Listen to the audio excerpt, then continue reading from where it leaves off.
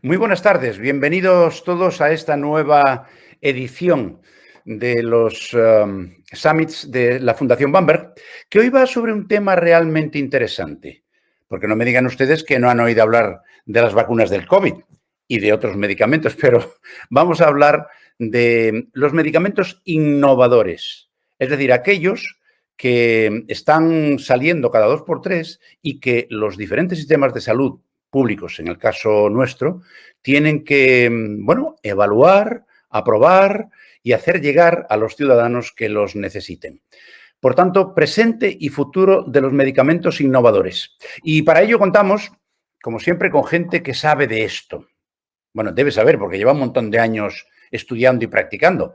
El primero es Iñaki Gutiérrez Ibarluceta, que es el presidente de la Sociedad Internacional de Evaluación de Tecnologías Sanitarias y además director de Innovación Organizativa y Gestión de BioEF. Luego está Julián Pérez Villacastín, que es el director del Instituto Cardiovascular del Hospital Clínico San Carlos, en Madrid. Acto seguido, José Luis Díez, que es el jefe de servicio de hematología del Hospital General Universitario Gregorio Marañón. Jaime Feliu, jefe de servicio de oncología médica del Hospital Universitario La Paz, y Teresa Millán Rusillo, que es la directora de asuntos corporativos del IGI España. Como les decía, gente que sabe de lo que habla y que nos va a contar cada uno en 5 minutos lo que nos quieran contar y luego entraremos acto seguido en un pequeño coloquio donde seguramente se dirán cosas todavía mucho más interesantes. Así que por este orden le cedo la palabra en primer lugar a Iñaki Gutiérrez. Adelante, Iñaki, 5 minutos y te los cronometro, ¿eh? Bueno, esperemos hacerlos en menos. Gracias, Ignacio, por dar la entrada y gracias a la Fundación Bamberg por invitarnos al coloquio de hoy. Y ciertamente es un tema muy candente, como bien referías, Ignacio, y que preocupa altamente a los sistemas de salud. La primera es medicamentos innovadores, que estamos hablando de eso, ¿no?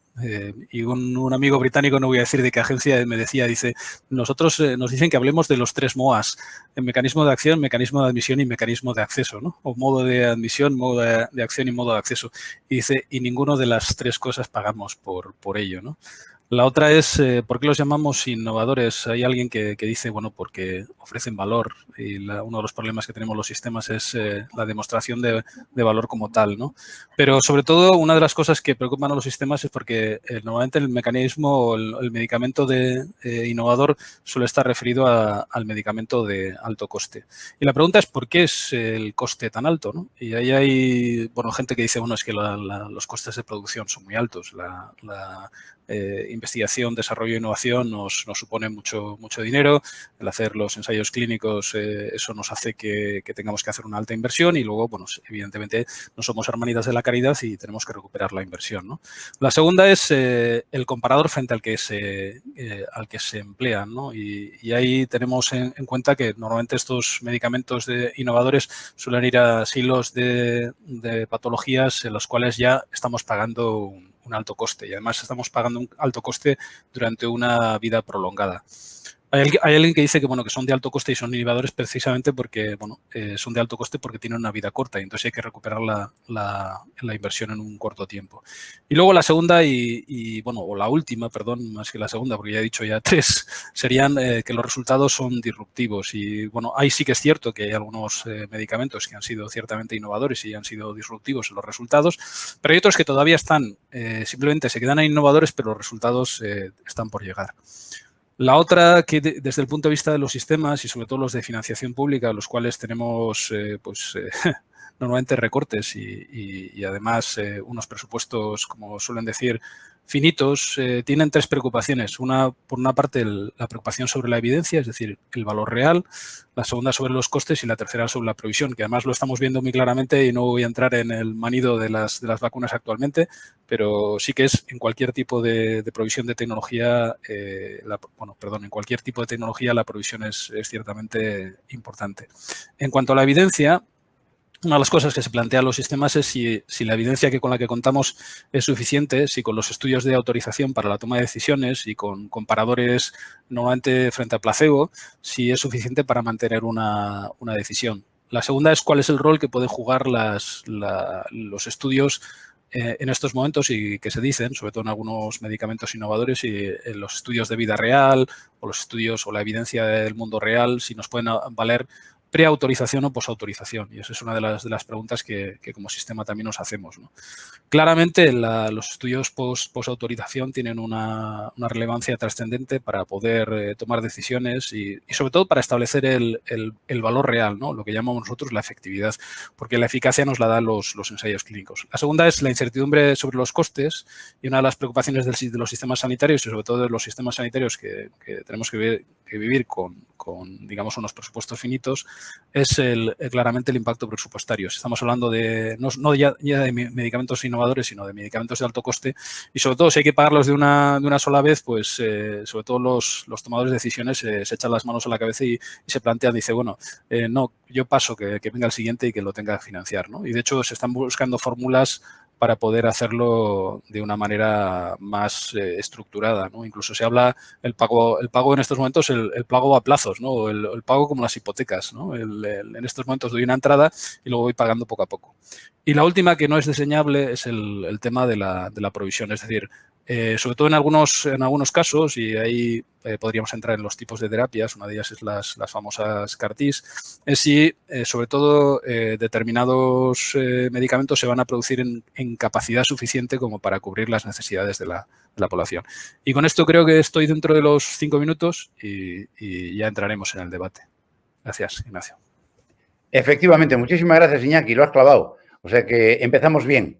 Le damos la bienvenida al doctor Julián Pérez de Villacastín, que ha llegado un pelín tarde, pero ha llegado a tiempo. Julián, tus 5 minutos de rigor y ya sabes, te los voy a cronometrar. No, bueno, muchas gracias por invitarme y muchas disculpas por haber llegado tarde. De hecho, pensé, lo tenía anotado en la agenda que era las 5:30. Fijaros si me organizo mal. O sea que, y bueno, pues yo creo que es un debate importante, efectivamente. Yo quiero recalcar varias cosas. Una, los medicamentos y los fármacos que están saliendo en el mercado cardiovascular no son muchos comparados con otras especialidades, ¿no? Por ejemplo, comparados con la oncología, pues he leído recientemente que son bastante menos, pueden ser 7 veces menos. Entonces, en gran parte por lo que acaba de comentar Iñaki.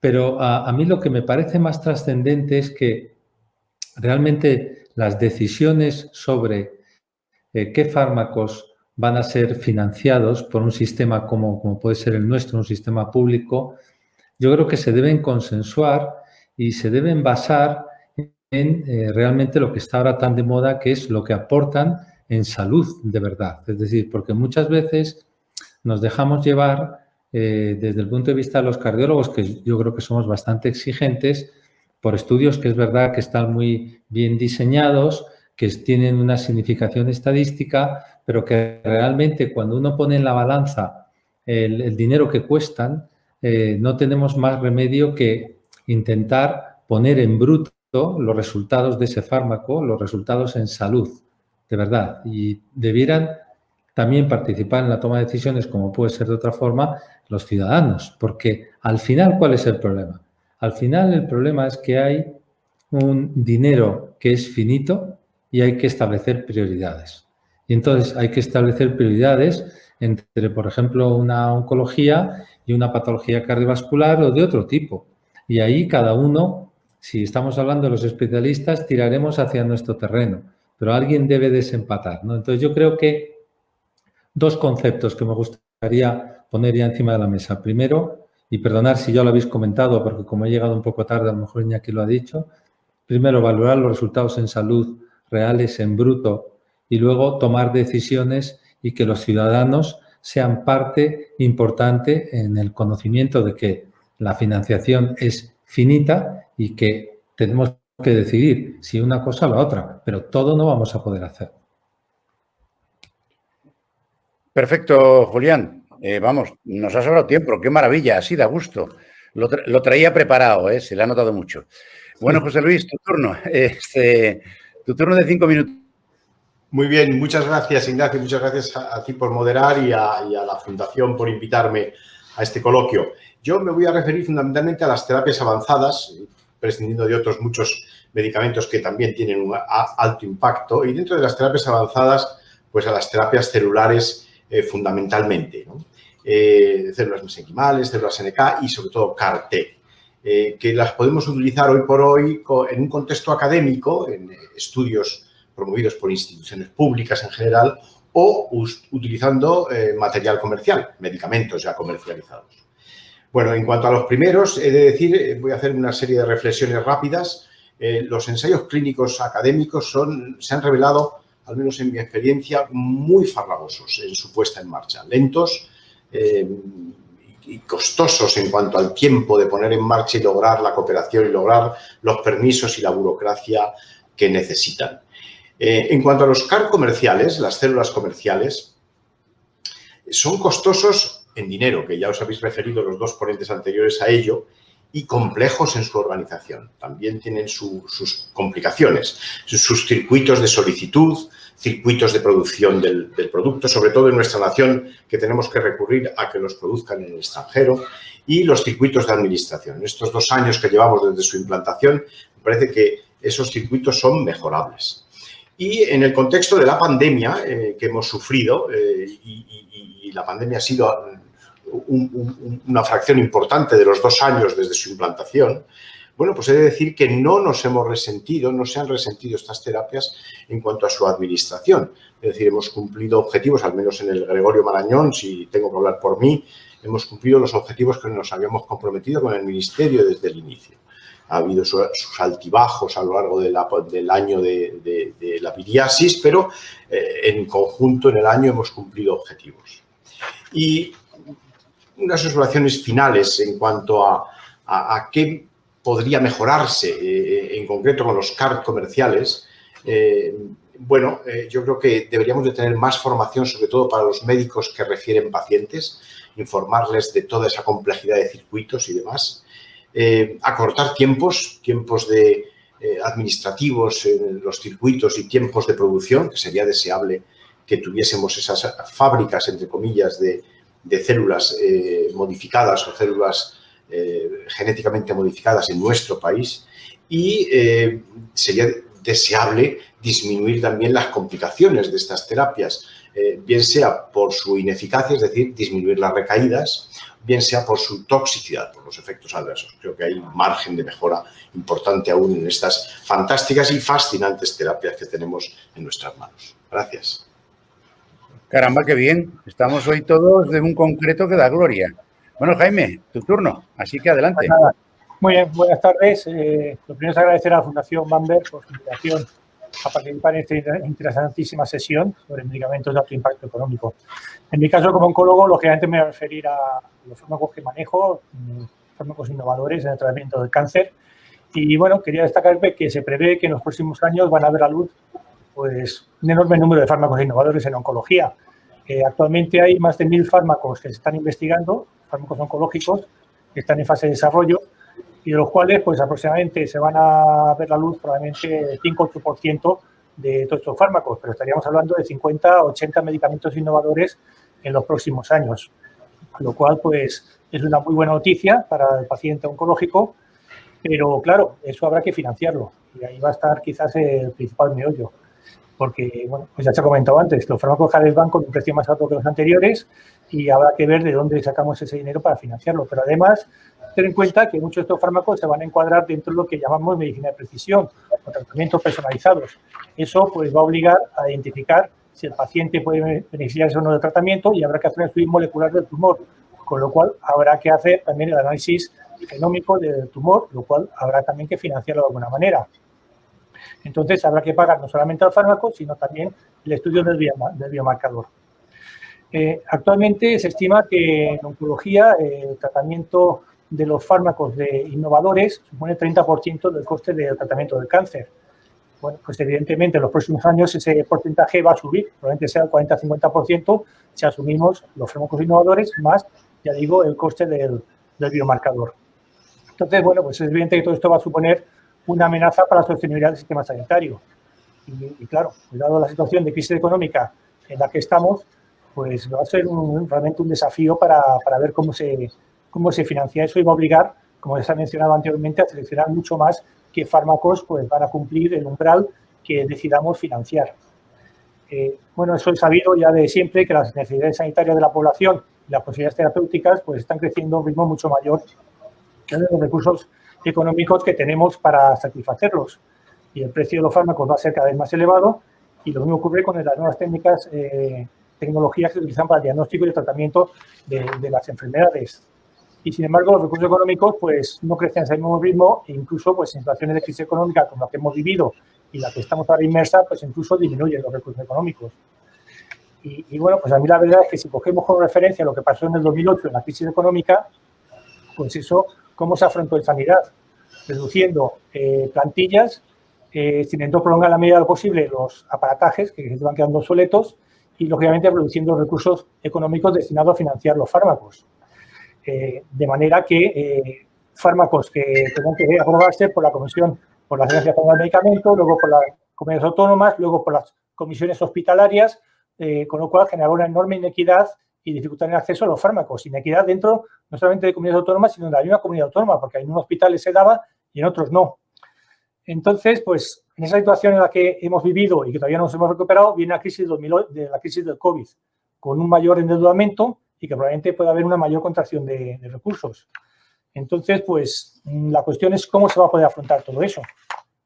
Pues va a ser realmente complicado. Y ya digo, y además, con el siguiente reto, desde el punto de vista tecnológico, que va a suponer la medicina personalizada, de afrontar los diagnósticos moleculares, incluyendo el estudio genómico del tumor, la secuenciación, que es una cosa que actualmente la sanidad pública lo cubre muy pocos hospitales, pero que tiene que ir ampliándose para poder afrontar pues, ciertas terapias innovadoras que se llaman, que tienen indicaciones agnósticas, es decir, que valen para todo tipo de tumor. Entonces, para ver si se puede beneficiar, pues hay que hacer secuenciación de todos los tumores. En definitiva, y pues que es previsible que en los próximos años vamos a ver muchos medicamentos innovadores, pero que es probable que la crisis del COVID va a pasar factura y va a dificultar el acceso a los fármacos innovadores. Y eso probablemente vaya a aumentar la inequidad ya existente y poner en riesgo la sostenibilidad del sistema, sobre todo si se afronta como se ha afrontado en la crisis anterior. Entonces, pues aquí yo creo que el gran desafío es ver cómo se puede acceder a estos fármacos sin romper la inequidad del sistema y gestionando sobre todo los recursos limitados que tenemos, que a lo mejor hay que poner en marcha soluciones diferentes a las que se afrontaron en la crisis de 2008. Muchísimas gracias, Jaime. Ya sabes aquello de que es la mayor signo de locura es intentar obtener resultados distintos haciendo siempre lo mismo. Así que vamos a tener que innovar también en nuestras maneras. Teresa Millán, ¿qué tiene que decir la industria en este asunto?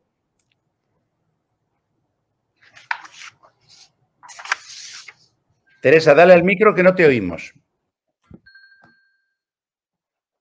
Cierto, Ignacio, perdóname, estaba hablando y no me oías. Pues muchísimas gracias y buenas tardes a todos.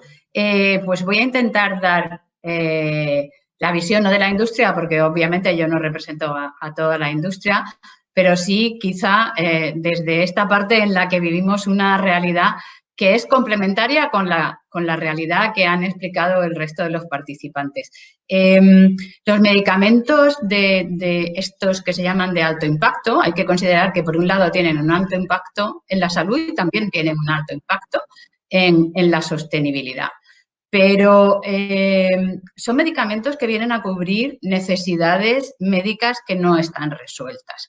Bien porque no exista una solución terapéutica o bien porque las soluciones terapéuticas que existían hasta el momento no fuesen completamente satisfactorias, con lo cual a esos pacientes hay que darle una solución.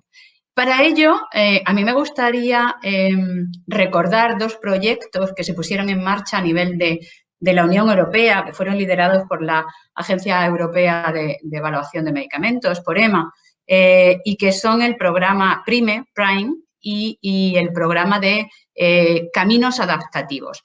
Estos dos programas se pusieron en marcha en el año de 2016 y el objetivo fundamental que tienen es acelerar la llegada de determinados fármacos a los pacientes, por supuesto, como he dicho antes, fármacos que cubrían necesidades porque había una laguna terapéutica en ese área o porque los medicamentos que existían no estaban proporcionando las soluciones que necesitaban los pacientes. Y todos debemos de reconocer que eso es una realidad y que es una realidad que se da.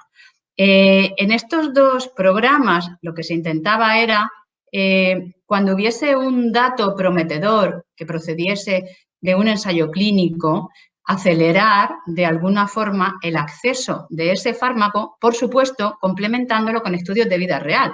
Porque los estudios de vida real no los podemos hacer hasta que el fármaco se ha comercializado.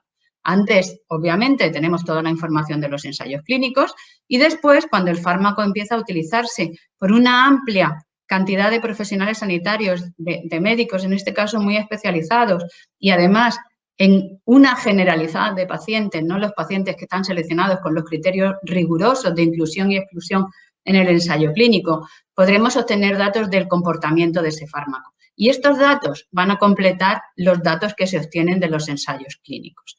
En estos dos proyectos, tanto en PRIME como en el de Caminos Adaptativos, se puso en marcha un acuerdo para que participasen no solamente los reguladores, sino también los profesionales sanitarios, los pacientes, que también tienen algo que decir en algunos casos, y, por supuesto, lo que se llama Health Technology Assessment, los organismos de evaluación de tecnología sanitaria, que en principio son los que tienen que informar las decisiones que tienen que tomar los pagadores. Claramente, si desde el punto de vista del regulador se ponen en marcha procedimientos, proyectos que aceleran la llegada de medicamentos necesarios a los pacientes, y creo que tengo aquí algún dato, de hecho, en el programa PRIME se presentaron 260 medicamentos hasta el año 2021, se han aceptado 92 y de ellos solamente se han autorizado 26, o sea que tampoco es un mecanismo en el cual entren tantísimos medicamentos. Obviamente, si desde el regulador se pone en marcha este tipo de proyecto, desde el que toma las decisiones de pagar, de financiar, se tienen que establecer herramientas que permitan que los medicamentos que entran en esos programas puedan llegar a los pacientes. Y mi opinión es que se están poniendo. Se está llegando a acuerdos entre la administración sanitaria, responsable de pagar y de mantener el sistema sanitario, que no olvidemos que es un sistema de todos, que se financia con los impuestos de todos los españoles, y se está llegando a acuerdos con la industria farmacéutica. Porque yo creo que la industria farmacéutica también tiene como objetivo que sus medicamentos lleguen rápidamente a los pacientes que lo necesitan. Cada vez los pacientes son más adecuadamente identificados, como han comentado antes. ¿Por qué? Pues porque tengan un cambio en un gen, porque haya una fusión, porque haya una mutación, porque haya un biomarcador que permita identificar adecuadamente a esos pacientes. Pues bien, eso facilita que el fármaco se utilice en la población que mejor va a reaccionar o que mejor va a responder. Porque si no, andamos un poco a ciegas. Es cierto que hasta ahora las soluciones terapéuticas se empleaban más ampliamente. Desgraciadamente había muchos pacientes a los que esas soluciones no les beneficiaban, pero tampoco teníamos ninguna forma de identificar si el paciente se podía beneficiar o no. Ahora, el hecho de que al paciente que va a beneficiarse de un fármaco se le pueda identificar, obviamente supone un ahorro, porque estás eliminando a toda la población a la que se lo habrías dado sin que se pudiese beneficiar. Y no quiero hablar mucho más, pero también decir que, por supuesto, que se han llegado a acuerdos, y a muchísimos acuerdos. Y no quiero cansar con datos, pero como parece que en los datos confiamos todos, pues desde el año 2014, y está publicado en la página web del Ministerio de Sanidad, se han llevado a cabo 9 acuerdos de techo de gasto, 12 acuerdos de pago por resultados, 27 protocolos clínicos, 22 acuerdos de coste máximo por paciente, 3 acuerdos de suministro en función de las ventas y 2 acuerdos de suministro sin coste para el Sistema Nacional de Salud. Esto es desde el año 2014 hasta el año 2021. Son los acuerdos a nivel nacional, por supuesto. Existen muchos más acuerdos a nivel de las comunidades autónomas. Y el Gobierno español, el Ministerio de Sanidad, ha creado una herramienta que yo creo que puede ser una herramienta en la cual en el futuro podamos tener información, como pedía Iñaki, de cuál es el comportamiento de los fármacos, y es Valtermed. Desde que se creó en el año 2019 hay 10 protocolos en esta base de datos y se han introducido 3.600 pacientes. Esto solo en España. En el resto de Europa está pasando lo mismo. Se está accediendo a medicamentos innovadores. Desgraciadamente, en España más tarde y en menos cantidad. Pero eso es una realidad.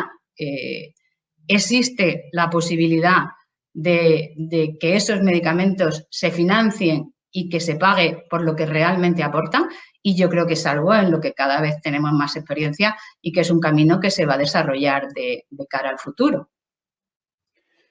Pues muchísimas gracias, Teresa. A partir de ahora vamos a empezar a preguntar cosas. Yo tengo un montón de curiosidades, así que atentos porque voy a empezar a disparar. Y como Teresa me la ha dejado votando, la voy a rematar diciéndole a Iñaki una cosa que él, que no en vano es el presidente de la Sociedad Internacional de Evaluación de Tecnologías Sanitarias, ¿qué le parece esto de que solo en un país como España tengamos 17? 17, pero muy coordinadas. En el caso de la evaluación de tecnologías sanitarias, llevamos trabajando conjuntamente desde hace 15 años de facto. O sea, en 2006 ya se montó la red de evaluación, que en aquel momento se llamaba UNEDS y en estos momentos se llama REDETS. Y probablemente habrá pocas redes tan cohesionadas con elementos comunes y en las cuales la aplicación es absolutamente cero.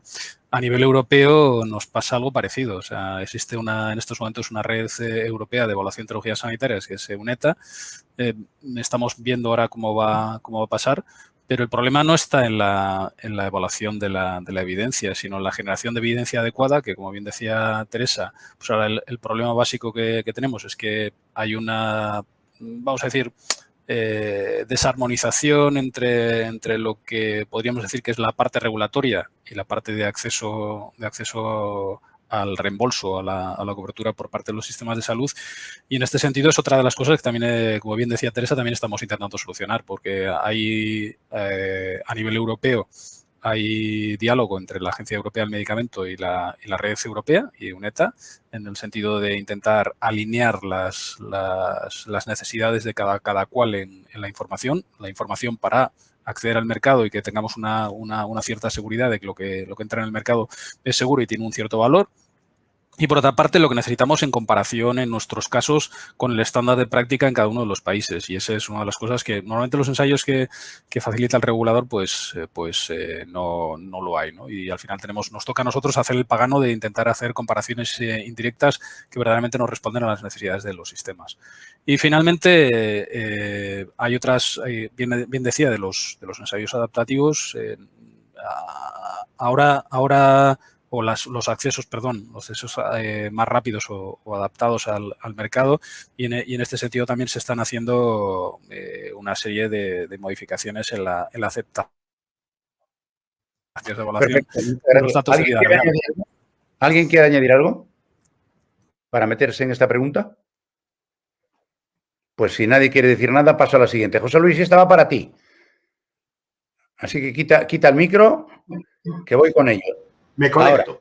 Ahora, perfecto. Mira una cosa. Tú has comentado antes precisamente el desarrollo de medicamentos innovadores, concretamente la producción de CARs académicos. Y la pregunta sería, tal como está la situación, ¿vale la pena embarcarse en un desarrollo de ese tipo? ¿O realmente la industria ya tiene resuelto eso con la misma eficacia y más eficiencia? Pues es una pregunta excelente, Ignacio.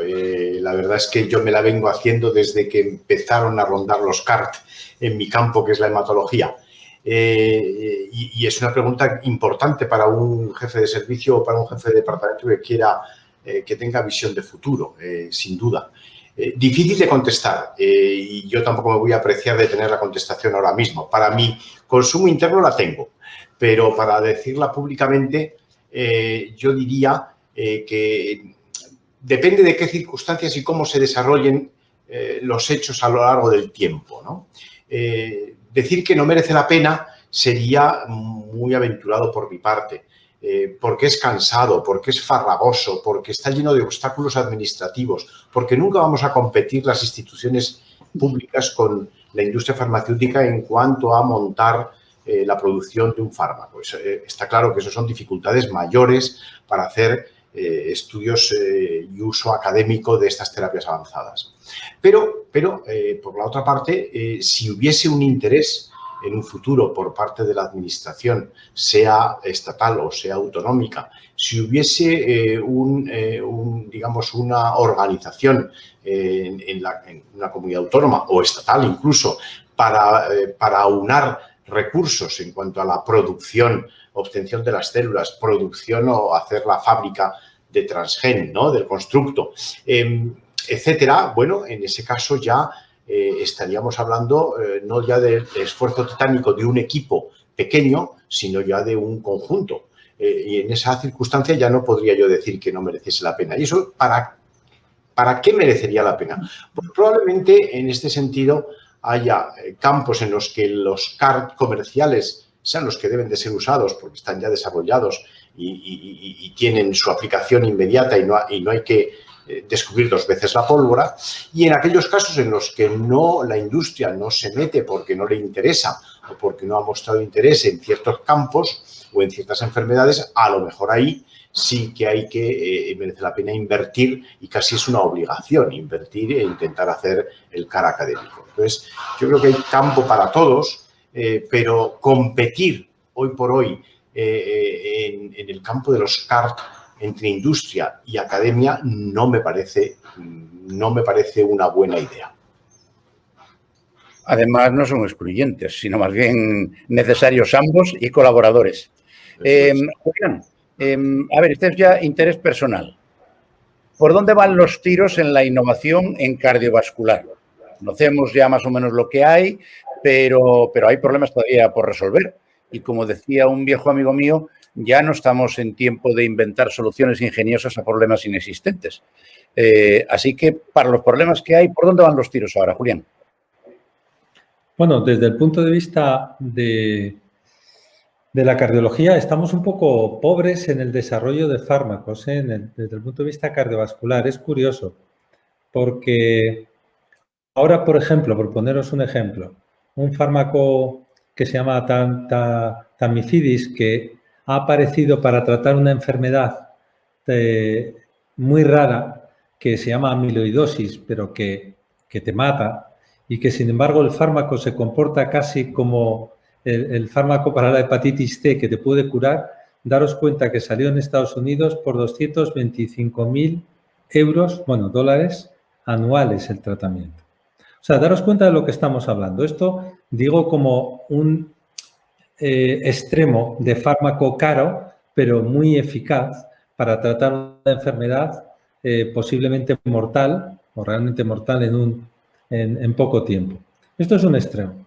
El otro extremo es la prevención, los fármacos que pueden actuar como la prevención. De lo que hemos aprendido en cardiovascular en los últimos años, porque esto no se tenía tan claro, es que el colesterol, cuanto más bajo, mejor. Y entonces ahora resulta que hay fármacos que actúan de una forma completamente distinta a los previos, que son todos los que llamamos nosotros que acaban en QMAP y que tienen la misma forma de acción, que se pueden incluso inyectar pues semanal, mensualmente, y quieren que incluso con 2 inyecciones al año tus niveles de colesterol bajen a unas cifras que prácticamente hagan, no digo inviable el desarrollo de una enfermedad arteriosclerótica grave, pero desde luego la van a dificultar. Esto a nivel de prevención es extraordinariamente importante, pero como ha comentado Iñaki, los efectos de estos fármacos que los tendríamos que pagar hoy se verían a lo mejor dentro de 10 o 15 años cuando evitemos toda esta patología cardiovascular que no olvidemos que sigue siendo la primera causa de muerte en el mundo, ¿no? Entonces, la evitamos, pero quizás la retrasamos, damos paso a que la oncología se ponga primero, etcétera. O sea que esto, desde el punto de vista del dinero en inversión cardiovascular, este grupo de fármacos, desde luego, parecen muy prometedores y se está invirtiendo mucho. Y luego, una serie de fármacos que han aparecido por casualidad, que parecían antidiabéticos y que ahora lo que se ha visto es que, hablando de resultados en salud, de repente endpoints tan duros como son la mortalidad cardiovascular la disminuyen cuando se estaban utilizando casi para bajar los niveles de glucemia más que enfocados directamente a esta patología cardiovascular directamente, ¿no? De manera que nos estamos encontrando, primero, con que la investigación nos está conllevando sorpresas, porque fármacos que no están dirigidos a una cosa, de repente aparecen y tienen unos resultados extraordinarios y hay que recomponer toda la investigación. Porque en vez de hacerse, digamos, con un planteamiento teórico, ir a algo práctico, pasa al contrario, que de repente se ve y dice, oye, este fármaco, ¿por qué disminuye la enfermedad cardiovascular? O la mortalidad cardiovascular, y entonces se invierte toda la investigación. O sea que hay bastante lío, ¿no? Entonces yo creo que hay fármacos, no muchos, en patología cardiovascular. Creo que es fundamental incentivar la investigación, abaratar el desarrollo de fármacos para que no sean tan extraordinariamente caros. Y vuelvo a repetir que si un fármaco demuestra un resultado extraordinario que realmente merezca la pena, a lo mejor hay que poner ese, pero quitar otros muchos que no están haciendo esa labor. Porque aquí es muy fácil poner, pero es muy fácil quitar. Algo que debiéramos todos los jefes de servicio tener muy presente, que es el no hacer cosas que no aporten valor, pues muchas veces brilla por su ausencia, ¿no? Muchas gracias, Julián. Después volveré con esa pregunta que has hecho, porque yo tengo una teoría en un área y se la voy a poner encima de la mesa a Iñaki para que remate. Pero antes le quería preguntar a Teresa. Teresa, y además le hago la pregunta a Teresa porque Teresa está en la industria, pero durante mucho tiempo también estuvo en la evaluación. ¿Y por qué a día de hoy que hay un ratio, un índice de incorporación de medicamentos al Sistema Nacional de Salud más lento que en Europa? ¿Por qué ocurre esto? Primero, si es verdad. Segundo, ¿en qué cuantía comparativamente con el resto de Europa? Y tercero, ¿por qué? Pues, a ver, ¿por qué exactamente? No te lo sabría decir. Yo creo que tiene múltiples causas y habría que estudiarlo en profundidad para identificarlo. Lo que sí que es una realidad es que la incorporación de las novedades terapéuticas es más lenta en España y más reducida. De hecho, mañana la FDA, que es la patronal de compañías farmacéuticas europeas, hace público pues, un indicador en el que se recoge la penetración de los fármacos autorizados por la EMA en un periodo de tiempo determinado en los 27 países de la Unión Europea. Vamos a ver qué sale. Ellos también suelen realizar un análisis detallado y quizá ahí podamos encontrar mayor información, mayor nivel de información. No te oigo, Ignacio. Ahora, perdona, que no había apretado yo también. No, quería preguntarte si nuestro sistema, una vez que un medicamento está aprobado por la EMA, llega a la agencia española y luego se derrama, permea todas las comunidades autónomas, ¿eso es un procedimiento demasiado farragoso? ¿Podría ser más sencillo? Bueno, yo creo que ha habido intentos para que sea sencillo. Si obviamente se tuviesen que realizar, de hecho se realizan en muchos casos, pues 17 evaluaciones y luego, pues como ha comentado seguramente José Luis, vuelven a bajar las evaluaciones al hospital y a otro hospital, etcétera, etcétera. Sí, es un procedimiento farragoso, pero también es cierto que se han puesto en marcha soluciones para poder solucionar lo que es lo de los IPT. Los informes de posicionamiento terapéutico, en el cual pues participan las comunidades autónomas, está liderado por la Agencia de Medicamentos del Ministerio de Sanidad y se tienen que poner en valor los recursos científicos. Lo que habría que hacer es valorar si esas iniciativas realmente están solucionando el problema de que en un país descentralizado como es el nuestro, los medicamentos que ya tienen una evaluación por parte del regulador y luego tienen una decisión por parte de quien tiene la competencia en precio y reembolso, que es el Ministerio de Sanidad, pues ver si eso luego permea de una forma homogénea y en un periodo de tiempo corto. Pero, bueno, la verdad es que en España ponemos en marcha muchos proyectos y luego quizás somos un poco más lentos a la hora de evaluar los resultados e introducir posibilidades de mejora, ¿no? Pero yo confío en que esa información tan rica que hay de los informes de posicionamiento terapéutico, pues realmente se estudie y se vea dónde están las posibilidades de mejora, que seguro que las hay. Muchas gracias, Teresa.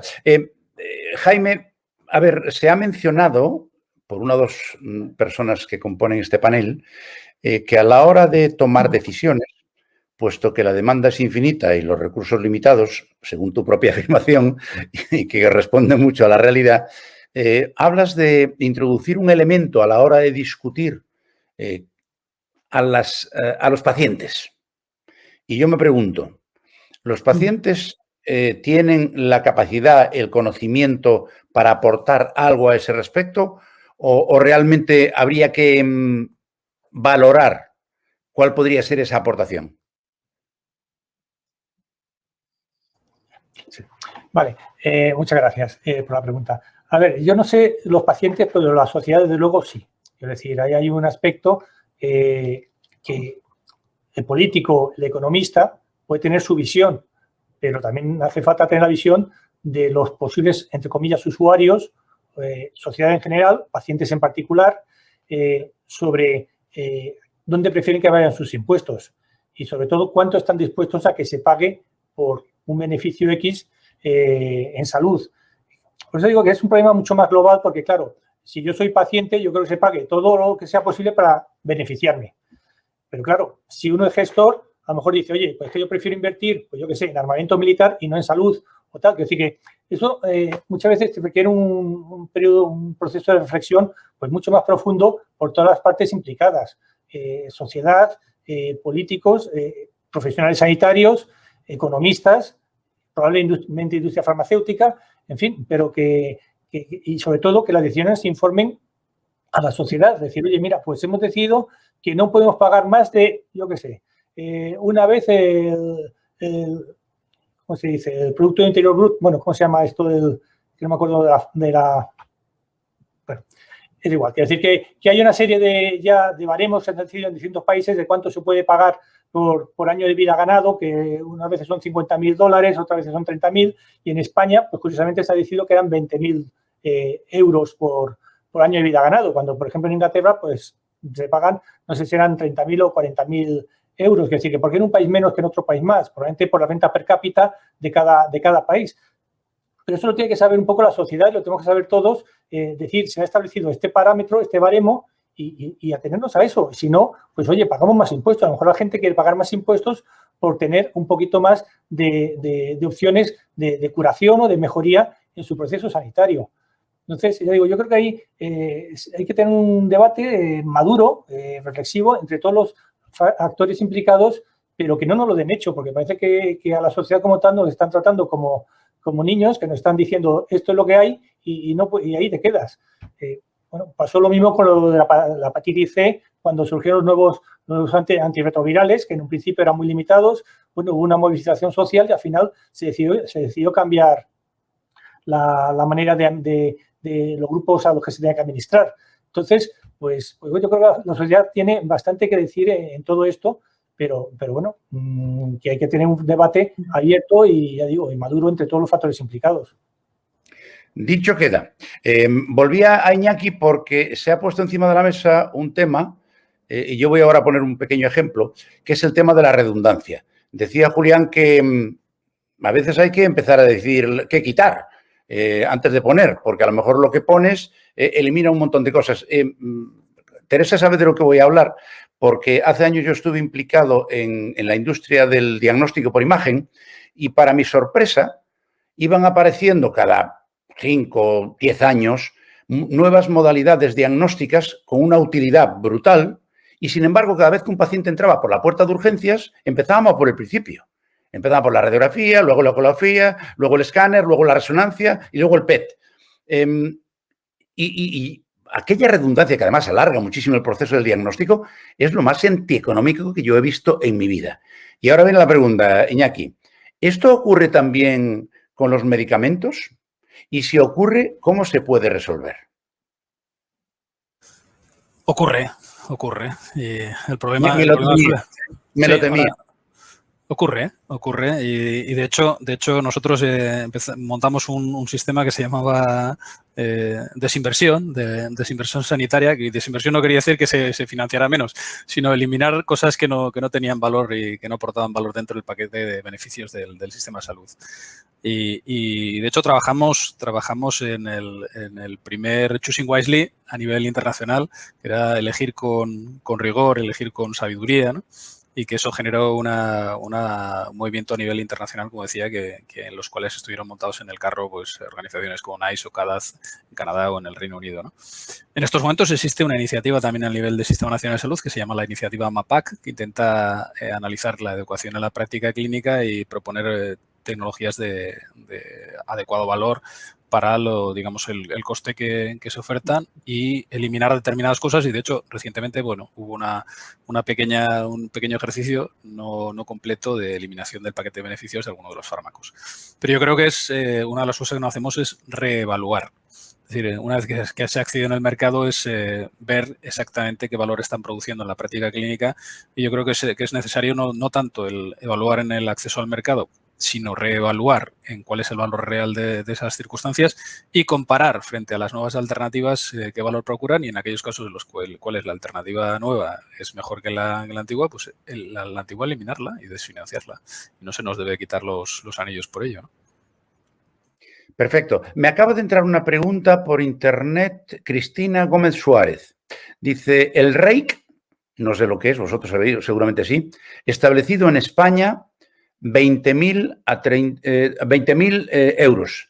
30.000 euros por ABAC, REIC, no se ha actualizado, de 20 a 30.000 debe ser, en 15 años. ¿Quién determinó o de quién depende su actualización? ¿Alguien tiene respuesta para esto? Sí, es el ICER, es el ratio de coste-efectividad comparado. Sí. Bueno, se estableció es más cercano de 15. Es un ejercicio del 2016, es entre 20 y 30.000. La modificación, bueno, podría ser actualizado sobre el coste de vida y eso no habría mayor problema. El único tema es para qué sirve. Porque ni en el Reino Unido el coste por ABA que se utiliza para determinar un acceso al mercado de un medicamento, por mucho que digan que ellos utilizan los 50.000 libras por año de vida ajustado por calidad, porque cuando eso aplica a medicamentos relacionados con la parte de la oncología o con otro tipo de terapias, por ejemplo, enfermedades raras, eso no aplica. Entonces, bueno, es un índice que sirve para ayudar a la decisión, pero no es un índice absoluto.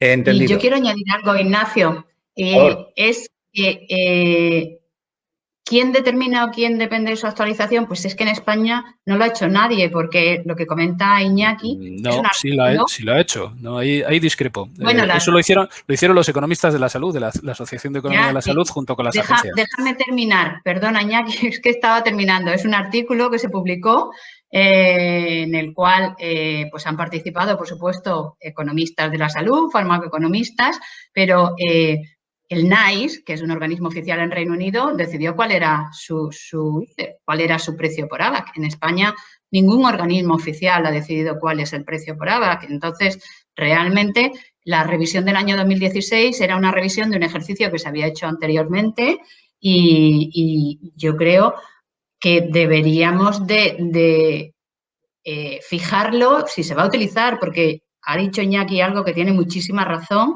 y es que este límite se utiliza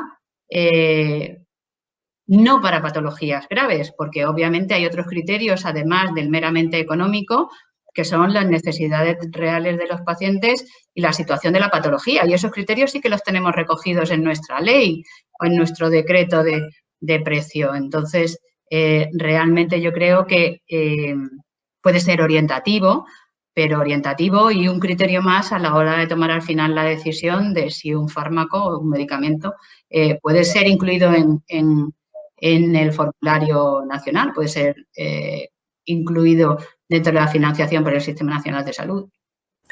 Y solo una puntualización, Teresa, no fue un artículo, fue un informe de evaluación de la Red Española de Agencias, igual que NICE.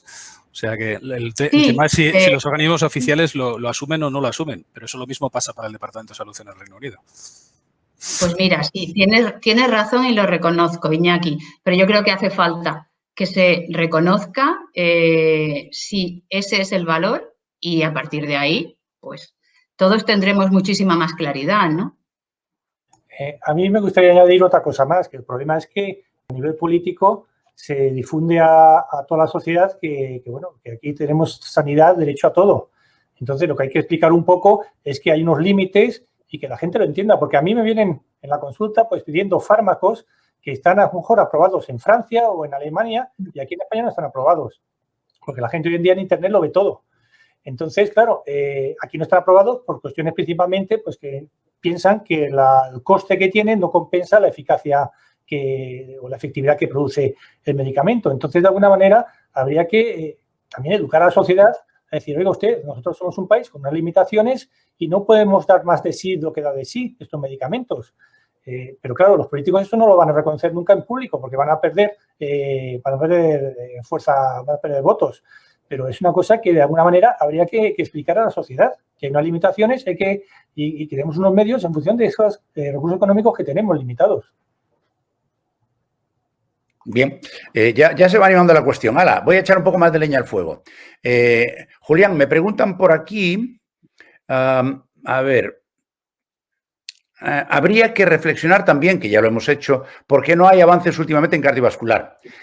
La pregunta, que tiene una cierta mala leche, dice, quizá no hay incentivo a la investigación por los bajos costes de las alternativas, o que la innovación presentada tendrá mucha dificultad en la incorporación al mercado.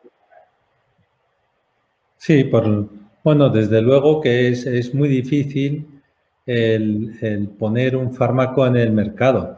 Vamos a ver, vamos a suponer que hubiera una investigación que estuviera valorada en España, cosa que tenemos que reconocer. Como ha dicho Jaime, yo a veces me quedo perplejo porque siendo un problema tan importante como es el de la salud, qué poca educación hay hacia la ciudadanía para explicarle en los términos que ha comentado Jaime, pues que los recursos son finitos, que tiene que haber un debate y que es fundamental transformar el sistema porque si no, todo el mundo está de acuerdo que así no vamos a poder seguir, ¿no?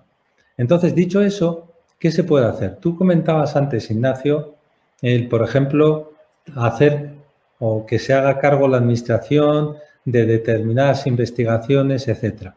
Yo eso lo veo muy difícil, porque no podemos nunca prescindir del incentivo que supone para las empresas el competir, el investigar, el ganar dinero. Para mí eso es algo que es fantástico y además que se ha visto que ha dado sus beneficios. Pero, por ejemplo, cuando estamos hablando de determinados estudios, pues hay que favorecer que un estudio no cueste tantísimo dinero, porque las compañías se echan para atrás a la hora de plantear un estudio aleatorizado, bien diseñado, como en cardiovascular, que incluya muchos pacientes, que además necesitamos mucho tiempo para ver los resultados, varios años, etcétera. Entonces, esto es carísimo. Entonces, ¿qué se puede hacer? Bueno, pues a lo mejor tiene que haber políticas serias dirigidas a fomentar la investigación para ver los resultados de esos fármacos y a lo mejor favorecer que se puedan llevar a cabo estudios pragmáticos, pero de calidad, que cada ciudadano pudiera involucrarse,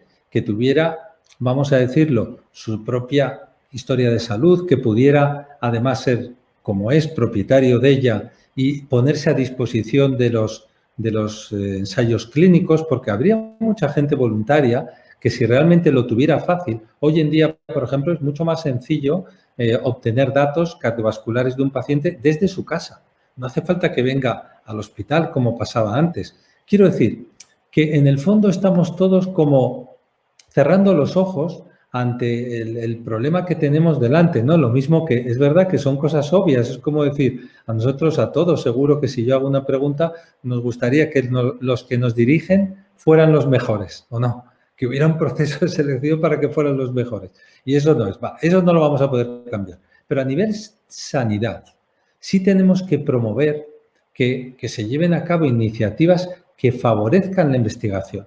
Y luego, cuando sepamos realmente lo buenos que son los avances científicos, porque podamos decir, oiga, señores, es que si tratamos a 100 personas con esto, salvamos 5 vidas en un plazo de 2 años. ¿Merece la pena invertir, sí o no? Pues está claro que diremos sí. Y otro, en cambio, a lo mejor no va a ser tan eficiente y habrá que retirarlo o no habrá que priorizarlo y a lo mejor cada uno tendrá que poner dinero, pero no el sistema público para pagar eso. Pero ir armando ya un sistema de salud propicio para la investigación, porque sabemos que hoy en día La investigación es tan cara que así estamos. 40 fármacos me parece que salieron desde el punto de vista cardiovascular al mercado en los últimos 20 años en Estados Unidos. Realmente es poco, ¿eh? Tenemos que pelearnos por hacer mejor las cosas. Pues en ello estamos.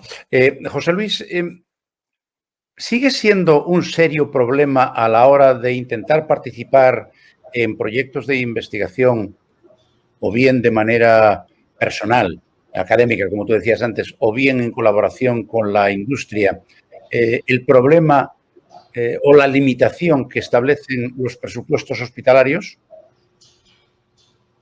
Bueno, yo creo que la deriva de la investigación, al menos en el campo de la oncología y de la hematología, yo la dividiría en dos capítulos. El capítulo de ensayos clínicos. Los ensayos clínicos, la industria participa y mucho, y hay una simbiosis con las instituciones públicas, con los hospitales, clara, con beneficio mutuo. Y yo creo que eso está bastante potenciada y funciona. Y la otra es la investigación más independiente, ¿no? La investigación con fuentes de financiación competitiva, donde tú accedes a las financiaciones de las agencias europeas o españolas, el FIS, el Ministerio de Ciencia y Tecnología, etcétera. Ahí sí que va muy solo el investigador español hoy por hoy. Va muy solo y va muy enfrentado con toda una estructura burocrática complicada. Poner en marcha un ensayo clínico con con un desarrollo académico de una institución concreta es un esfuerzo grande hoy por hoy. Primero, de buscar la financiación, este sería un punto importante, obtenerla, y segundo, que la agencia te permita poner en marcha ese ensayo y luego reclutar todos los pacientes que ese ensayo precisaba para llegar a una conclusión. Todo ello es realmente un trabajazo. Sí, donde está muy solo el investigador. Teresa, al hilo de lo que está comentando José Luis, la industria puede, seguro que debe, pero no sé si puede, echar una mano a los sanitarios, a los investigadores en España a la hora de poder canalizar hacia ese territorio, porque es una de las líneas en las cuales se dice que Europa va a soltar dinerito para acá. ¿Puede echar una mano la industria en cómo presentar proyectos que tengan viabilidad, que sean bien valorados por las autoridades europeas, o seguimos como siempre? ¿Te estás refiriendo, Ignacio, a proyectos de investigación clínica? Sí, clínica y también de investigación farmacológica. Es decir, que aquí puede haber proyectos en el área de desarrollo biotecnológico donde es evidentemente necesaria, no, imprescindible, la participación para aportar el expertise que tiene la industria a la hora de desarrollar nuevas empresas o nuevos productos. Bueno, yo creo que esa colaboración existe y probablemente pues los clínicos que están en esta reunión han puesto en marcha proyectos en colaboración con la industria farmacéutica. El tema de los fondos europeos es realmente complejo y se está llevando a cabo a través de determinados ministerios y centros públicos, y probablemente el Instituto de Salud Carlos III, que es el responsable en España de fomentar la investigación independiente y de poner en marcha estos proyectos, pues seguro que estará colaborando, pero yo creo que esa colaboración entre industria y el Sistema Nacional de Salud a la hora de investigar es una realidad. Bien, bien. Oye, Iñaki, para ti, hacen una pregunta. Dice, pregunta para Iñaki, o sea, que va dirigida, ¿qué opinas sobre la incorporación de información de coste-efectividad en los nuevos IPTS? ¿Cómo va a llevarse a cabo? Me alegro que me hagan esa pregunta. Hombre, yo creo que por la capacidad instalada que tenemos de economistas de la salud, entiendo que la academia y la gente de la Asociación de Economía de la Salud va a tener que colaborar. Tenemos la capacidad que tenemos para evaluación desde el punto de vista de la economía de la salud. O sea, no somos un país como el Reino Unido, que tiene un montón de universidades dedicadas a economía de la salud y obviamente tampoco que tiene una background como el de Escandinavia. Entiendo que las agencias o los departamentos de salud de las comunidades van a solicitar sopitas de los economistas de la salud y en este sentido yo creo que es un marco. Lo bueno que hay que decir es que tenemos muy buenos economistas de la salud en España. Esa es la oportunidad positiva. En general tenemos muy buena gente en la sanidad española. Dejémonos de tonterías. Y si no, el que no se lo crea, que se dé una vuelta por ahí por Europa, ¿verdad? Que todos hemos salido por ahí. Ni nosotros somos tan tontos como creemos, ni ellos tan listos como nos quieren hacer creer. Jaime, en el área de la oncología, pongamos un escenario de aquí a 5 años. ¿Dónde va a estar realmente, si no lo está ya, la innovación que pueda suponer una revolución en el tratamiento de los tumores? Bueno, ahí hay varios campos que se está trabajando bastante. Uno, la terapia celular, es decir, la CAR-T-cell ha explotado en hematología, pero también se está investigando en tumores sólidos y probablemente dentro de poco pueda ser una realidad, es decir, ya hay ensayos con CAR-T-cells en tumores sólidos. Luego están los anticuerpos bifuncionales, que eso es otra tecnología que se está desarrollando y que también ya empieza a haber estudios y bueno, que por gente vaya a dar su juego. Y probablemente luego están también lo que se está trabajando con las vacunas antitumorales, probablemente asociadas a otra forma de inmunoterapia, es decir, combinando varias formas de atacar o de mejorar la respuesta inmune del huésped, ¿no? Probablemente vayan por ahí las cosas. Pero, a ver, que la capacidad de sorprendernos con la innovación de desarrollo de fármacos innovadores es muy elevada. Entonces, en cualquier momento puede salir otra nueva diana molecular, otra nueva enfoque que cambie un poco todo este escenario. Esto lo que va es a una velocidad tremenda. Ojalá pudiera la normativa ir a la misma velocidad, pero me temo que siempre va por detrás. José Luis, hay una curiosidad de alguien que dice si hay previsiones por parte de Farmaindustria y de la Administración, es decir, Ministerio de Sanidad, en revisar los precios vigentes de los CAR y los acuerdos de pago actuales, pago por riesgo compartido. Hasta donde yo sé, no de forma inmediata. Que es evidente o que las circunstancias abogan para que eso ocurra en un momento dado, en un futuro, sin duda. Pero hasta donde yo sé ahora mismo no he oído yo nada de revisar los precios de los CAR comerciales que hay ahora mismo en uso. Otra cosa es los acuerdos que se puedan establecer para los que van viniendo, los que van entrando. Ahí ya iremos viendo cómo introduce el Ministerio o si introduce el Ministerio alguna novedad. Claro.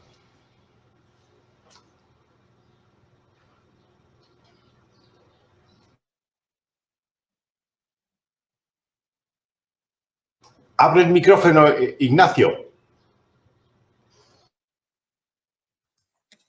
Se me olvida siempre, lo siento. No acabaré de aprender. Llevo ya no sé cuántos años haciendo esto. Años no, año y medio. Desde que empezó la pandemia y todavía se me olvida. No, quería deciros que nos quedan 5 minutitos, pero tenéis cada uno de vosotros lo que dice siempre el doctor Mario Mingo, vuestro minuto de oro. Así que por el orden de actuación en el que habéis entrado, tenéis un minutito para decir lo que queráis. A ser posible, resumible y como titular. Iñaki, te toca empezar. Bueno, yo creo que todos estamos de acuerdo que queremos incorporar medicamentos innovadores y de alto valor en los sistemas de salud y cuanto más rápido posible. Creo que para eso debemos de colaborar todos y estar más alineados, los reguladores por un lado, los evaluadores por otro y finalmente los sistemas de salud que tienen que incorporarlos. Creo que alguno de los ponentes también ha puesto en la palestra que hay que incorporar a los no solo a los tomadores de decisiones, sino a los tomadores de decisiones reales, que al final es la ciudadanía en estos procesos deliberativos de incorporación de ello. Y bueno, y al hacer la distribución de los presupuestos de salud en procesos consensuados. Y sobre esa base yo creo que llegaremos antes a incorporar esos medicamentos que tienen que demostrar valor. Muchas gracias, Iñaki. Julián, tu turno.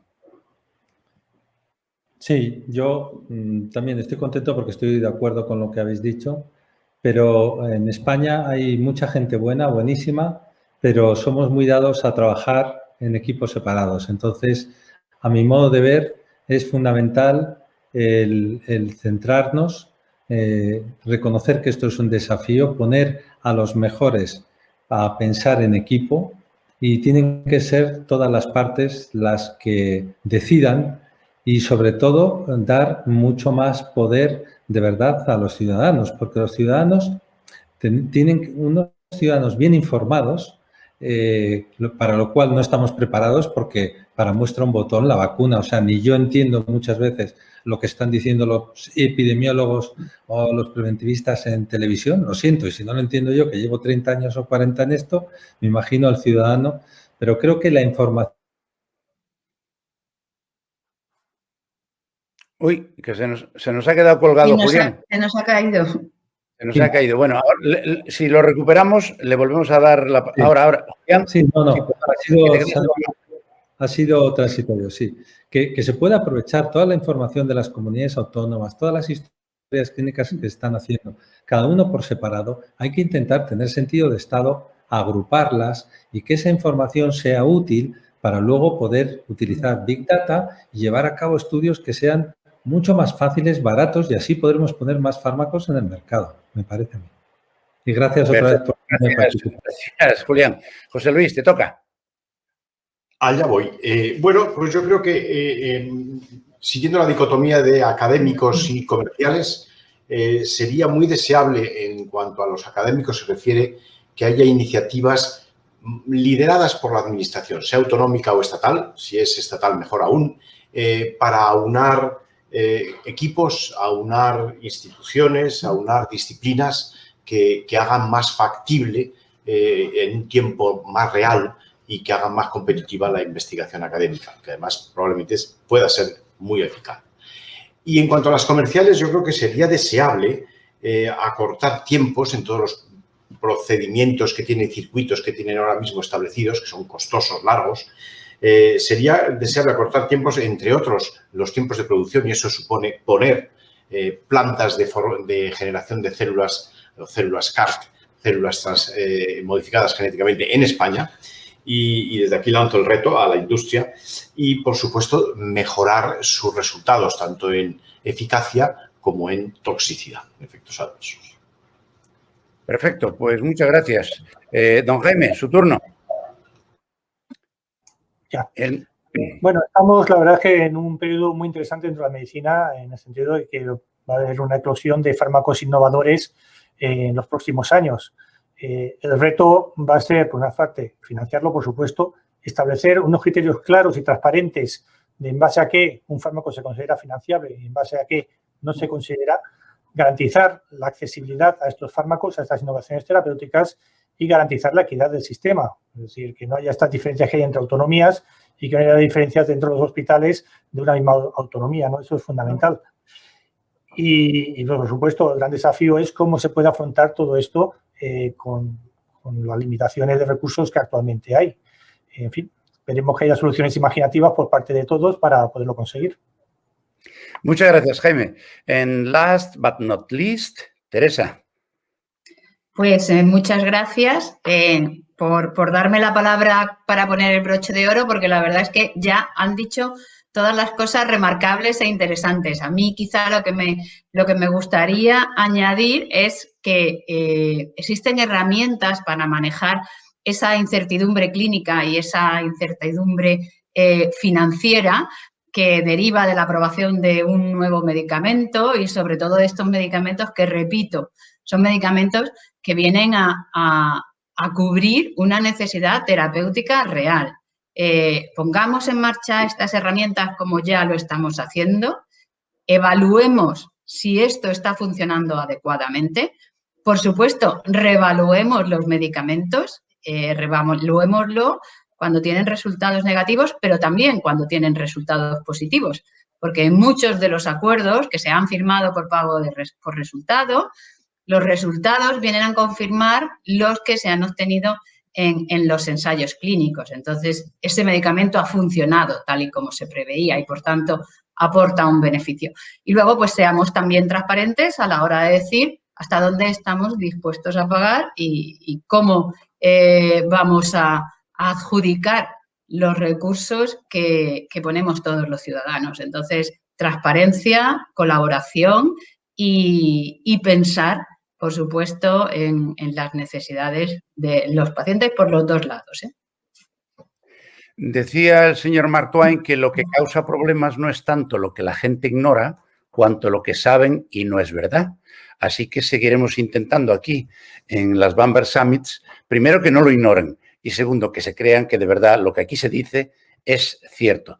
Y vamos a seguir porque ahora viene la segunda parte del tema de hoy, que es cómo gestionar eso de lo que hemos estado hablando en esta primera. Tengo el tiempo suficiente para agradeceros a todos. Iñaki, Julián, José Luis, Jaime, Teresa, muchísimas gracias por vuestra colaboración y hasta una próxima ocasión que la va a haber con toda seguridad. Hasta luego. Muchas gracias.